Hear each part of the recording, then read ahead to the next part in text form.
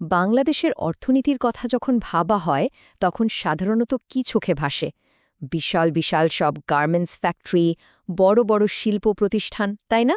কিন্তু পর্দার আড়ালে এর আসল চালিকা শক্তিটা কি? চলুন আজ সেই গল্পটাই একটু খোলাসা করা যাক।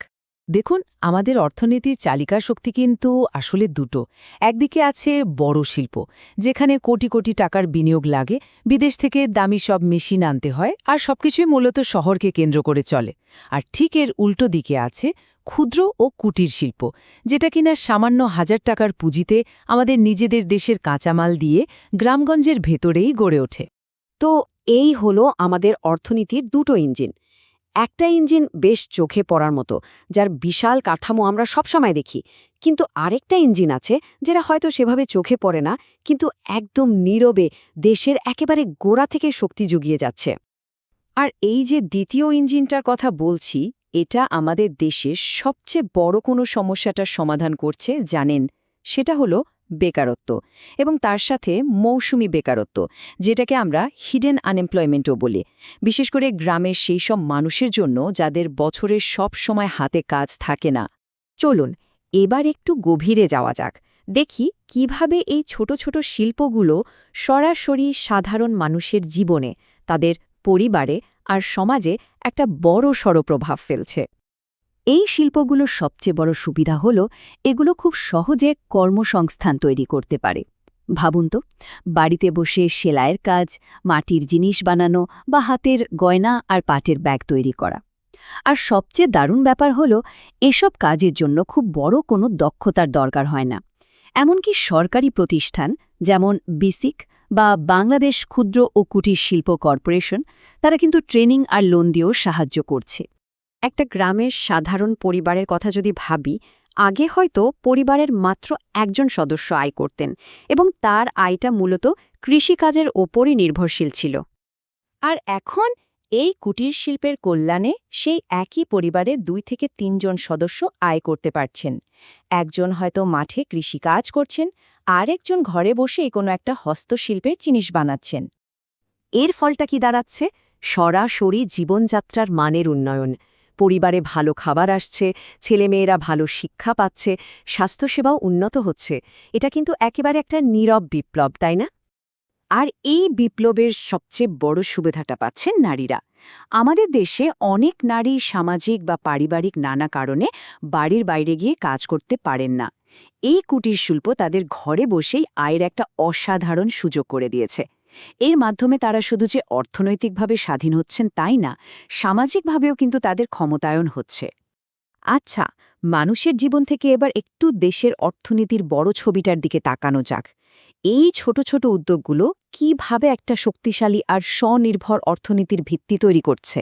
এখানে খুব গুরুত্বপূর্ণ একটা বিষয় হল বৈদেশিক মুদ্রা বাঁচানো। দেখুন, বড় শিল্প চালাতে গেলে বিদেশি মেশিন আর কাঁচামাল আমদানি করতে হয়, যাতে প্রচুর ডলার খরচ হয়ে যায়। কিন্তু কুটির শিল্প কি করে? তারা স্থানীয় কাঁচামাল ব্যবহার করে, ফলে আমদানির ওপর নির্ভরতা কমে আর দেশের মূল্যবান ডলার দেশেই থেকে যায়। আর এখানেই দেশের সম্পদের সর্বোচ্চ ব্যবহারটা আমরা দেখতে পাই। আমাদের নিজেদের পাট দিয়ে ব্যাগ বানানো হচ্ছে, বাঁশ দিয়ে তৈরি হচ্ছে সুন্দর সুন্দর আসবাবপত্র, কাঁসা দিয়ে বাসনপত্র, আর মাটি দিয়ে তো মৃৎশিল্প চলছেই।